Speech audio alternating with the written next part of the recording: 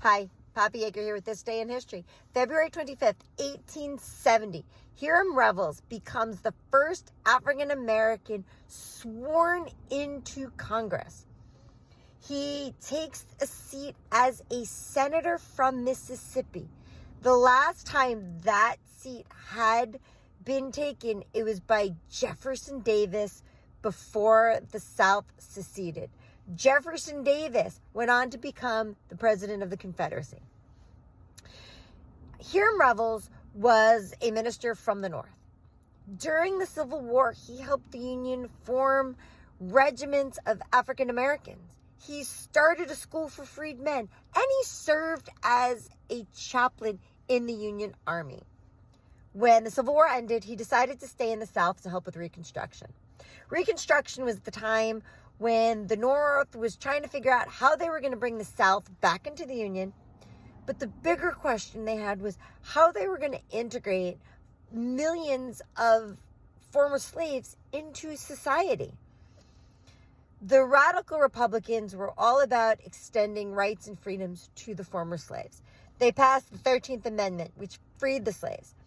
The 14th Amendment, which is birthright citizenship. It extended citizenship to former slaves. The 15th Amendment granted the right to vote to former slaves, former male slaves. Women still had to wait another 50 years in order to get the right to vote.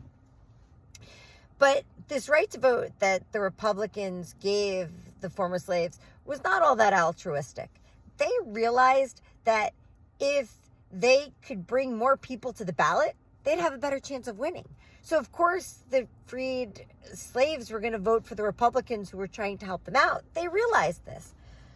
So, with Republicans in charge, with the North still running things in the South, African Americans were able to partake in the political process.